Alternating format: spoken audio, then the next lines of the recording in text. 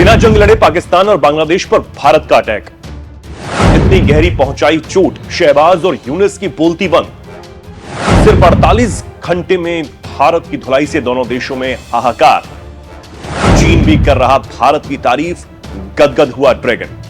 नमस्कार, बहुत स्वागत आप सभी का। मैं हूं आपके साथ चेतन और आप देख रहे हैं एनएमएफ न्यूज। बॉर्डर पर टीटीपी और तालिबान से मार खा रहा पाकिस्तान बौखलाया हुआ है। देश टूटने के खतरे को झेल रहे पाकिस्तान में बवाल है। हुकूमत और सेना यह भी नहीं सोच पा रही कि आखिर क्या किया जाए। इस बीच भारत की तरफ से भी ताबड़तोड़ अटैक किया गया है। बिना जंग में घसीटे भारत ने पाकिस्तान को ऐसी मार लगाई कि वो बलूच, तालिबान और टीटीपी के एक्शन से भी खतरनाक है। अपनी कूटनीतिक ताकत के दम पर भारत ने पाकिस्तान को एक बार फिर चारों खाने चित कर दिया। वहीं अपने दोस्त अमेरिका के जरिए भारत ने पिछले कुछ समय से आंख दिखा रहे बांग्लादेश को भी तगड़ा सबक सिखा दिया है। पहले जानते हैं पाकिस्तान को भारत ने अब झटका क्या दिया है। दरअसल भारत पर आए नीदरलैंड के रक्षा मंत्री रुबेन बर्कलमैन्स से भारत के रक्षा मंत्री राजनाथ सिंह ने पाकिस्तान को हथियार नहीं देने की बात कही है, जिसके बाद पाकिस्तान में खलबली मच गई।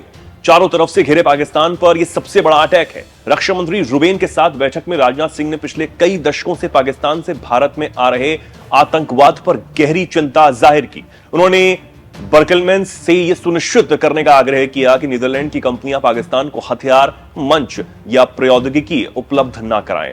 राजनाथ सिंह ने यह भी कहा कि पाकिस्तान को मंच या तकनीक देना क्षेत्र में शांति और स्थिरता के लिए हानिकारक है। सूत्रों के मुताबिक इसके बाद नीदरलैंड पाकिस्तान को हथियार देना बंद भी कर सकता है।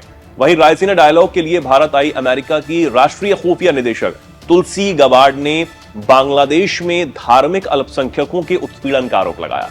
गबार्ड के इस बयान से बांग्लादेश को मिर्ची लगी। तुलसी गबार्ड ने कहा था, बांग्लादेश के हालात चिंताजनक है। धार्मिक अल्पसंख्यकों का उत्पीड़न चिंता का प्रमुख विषय है। डोनाल्ड ट्रंप सरकार ने बांग्लादेश की अंतरिम सरकार के साथ बातचीत शुरू कर दी है, लेकिन यहां इस्लामी चरमपंथ और आतंकवादी तत्वों का उदय बड़ी चिंता की बात है। हालांकि गबार्ड के इस बयान के बाद प्रतिक्रिया बांग्लादेश से भी सामने आई है। बांग्लादेश की अंतरिम सरकार ने तुलसी गबार्ड के बयान को पूरी तरह से बेतुका बताया और कहा, हम तुलसी गबार्ड की टिप्पणियों पर गहरी चिंता व्यक्त करते हैं। उनका बयान पूरी तरह से भ्रामक और बांग्लादेश की छवि और उसकी प्रतिष्ठा को क्षति पहुंचाने वाला है। एक ऐसा देश जिसकी पारंपरिक इस्लाम प्रथा समावेशी और शांतिपूर्ण रही है और जिसने उग्रवाद और आतंकवाद के खिलाफ अपनी लड़ाई में प्रगति की है। दुनिया में कई देश आज चरमपंथ का सामना कर रहे हैं। बांग्लादेश भी उन्हीं देशों में से एक है, लेकिन हम अमेरिका और अन्य अंतर्राष्ट्रीय समुदायों के साथ कंधे से कंधा मिलाकर चल रहे हैं और चरमपंथ के खिलाफ अपनी लड़ाई भी लड़ रहे हैं। अब बांग्लादेश में जो कुछ भी हो रहा है वो तो दुनिया के सामने है ही। यूनिस की सरकार चिल्ला चिल्लाकर चाहे जितना मर्जी ये कह ले कि वहां अल्पसंख्यकों को परेशानी नहीं है, लेकिन ये पूरी दुनिया अब जान रही है कि ये सब कुछ गलत है। इधर इस सब के बीच चीन ने भारत और खासकर पीएम नरेंद्र मोदी की जमकर तारीफ कर दी है, जिसके बाद पाकिस्तान और बांग्लादेश की नींद ही उड़ गई है। दरअसल चीन ने पीएम मोदी के उस बयान की तारीफ की है जिसमें पीएम ने कहा था, भारत और चीन 2020 में बॉर्डर पर बने तनाव से पहले की स्थिति को बहाल करने के लिए काम कर रहे हैं। धीरे धीरे लेकिन निश्चित रूप से विश्वास, उत्साह और ऊर्जा वापस आएगा। निश्चित रूप से इसमें कुछ समय लगेगा क्योंकि 5 साल का वक्त रहा है। हम मिलकर काम कर रहे हैं और यह वैश्विक स्थिरता और समृद्धि के लिए भी आवश्यक है।